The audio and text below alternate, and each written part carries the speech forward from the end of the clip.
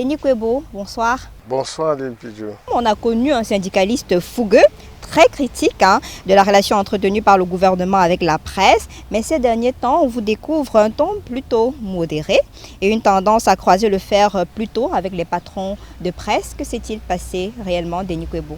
Rien ne s'est passé. Il se trouve que je suis un personnage très atypique, qui n'appartient à aucune église, qui n'appartient à aucune religion occidentale, qui ne fréquente aucun cercle ésotérique, quelqu'un qui est libre. Vous voyez, la chose la plus difficile dans notre pays, c'est d'être libre.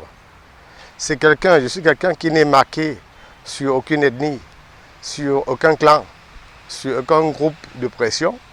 Et à ce moment-là, ceux qui veulent m'avoir dans leur marmite, dans leur clan ou dans leur clique, ont du mal à me saisir. Comment réagissez-vous quand vous entendez dire que votre changement d'attitude, selon certaines personnes, était le prix à payer pour être distingué par un décret?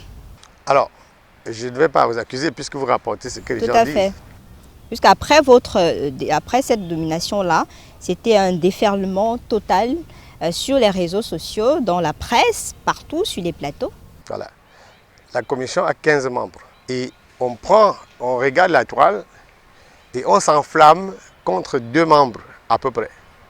Il y a des attaques contre le président de la commission. Il y a beaucoup Mais plus Denis Kwebo. Je viens. Il y a eu des attaques frontales contre le président de la commission, des attaques personnelles. Il y a des attaques contre la personne de Denis Kwebo. Et ça devait suffisamment renseigner sur l'état d'esprit, pas le mien, mais des autres, parce que je n'ai jamais attendu un décret présidentiel. Je fais mon travail et pour ceux qui me suivent, je fais mon travail comme il le faut. Vous savez, je suis né au village, je n'ai grandi que là-bas. Mes grands-parents, avec qui j'ai grandi, me disaient tout le temps que on ne peut pas salir ce qui est sale. On ne salit et on ne peut salir que ce qui est propre. Donc, je n'ai pas de problème. Denis Kwebo est un monsieur propre. Ce sont les Camerounais qui doivent savoir aider les Camerounais. Je n'ai pas parlé d'1% de personnes encagoulées, oisives sur les réseaux sociaux. Je parle des citoyens camerounais. Moi, j'ai l'avantage, contrairement aux autres Camerounais, d'avoir fait au moins 80% de notre pays. C'est-à-dire que voici, je suis un journaliste qui a été presque partout au Cameroun. Il y a un seul endroit que je ne connais pas bien au Cameroun.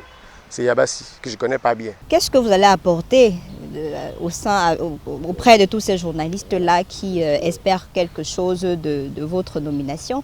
Lorsque, au sein de la Commission des droits de l'homme du Cameroun, le représentant moral des journalistes siège, il a la possibilité, de par la loi qui crée la Commission, de mieux défendre les droits des journalistes. Vous savez, nous faisions de la diplomatie syndicale lorsque un journaliste était embastillé.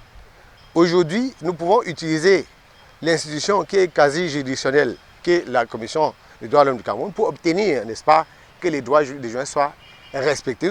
Désormais, c'est un instrument légal que nous avons. Avant, c'était les astuces des syndicalistes, c'était l'entregent du président. Désormais, c'est une institution qui a en son sein légalement un représentant qui est désigné. Donc, c'est de droit que nous allons obtenir que les journalistes soient protégés. Mais Denis Kwebo, est-ce que cette institution est indépendante pour espérer que aujourd'hui les journalistes puissent sourire demain au regard de votre position désormais? Je vous ai dit tout à l'heure qu'à titre personnel, je n'appartiens pas aux organisations qui apprennent aux gens à croire à ce qui n'existe pas. Je ne crois qu'à ce qui existe. Je suis matérialiste. C'est-à-dire que vous ne pouvez pas demander si une commission va faire son travail alors que vous avez un représentant là-dedans. Si la commission des droits de l'homme du Cameroun ne protège pas les journalistes, c'est que le représentant des gens que je suis a refusé. Mais on a peur que là-bas, au sein de cette commission, on va vous embastiller, c'est-à-dire qu'on va vous faire penser comme les autres et vous dire que vous êtes toujours dans la logique des journalistes camerounais. Je vous dis que vous avez votre représentant dans la commission. Si demain vous constatez que vos droits ne sont pas protégés, respectés, promus, vous avez quelqu'un chez qui vous plaît. Vous saurez que votre représentant n'a pas fait son travail. Merci d'avoir été l'invité de la semaine sur Canal 2 International.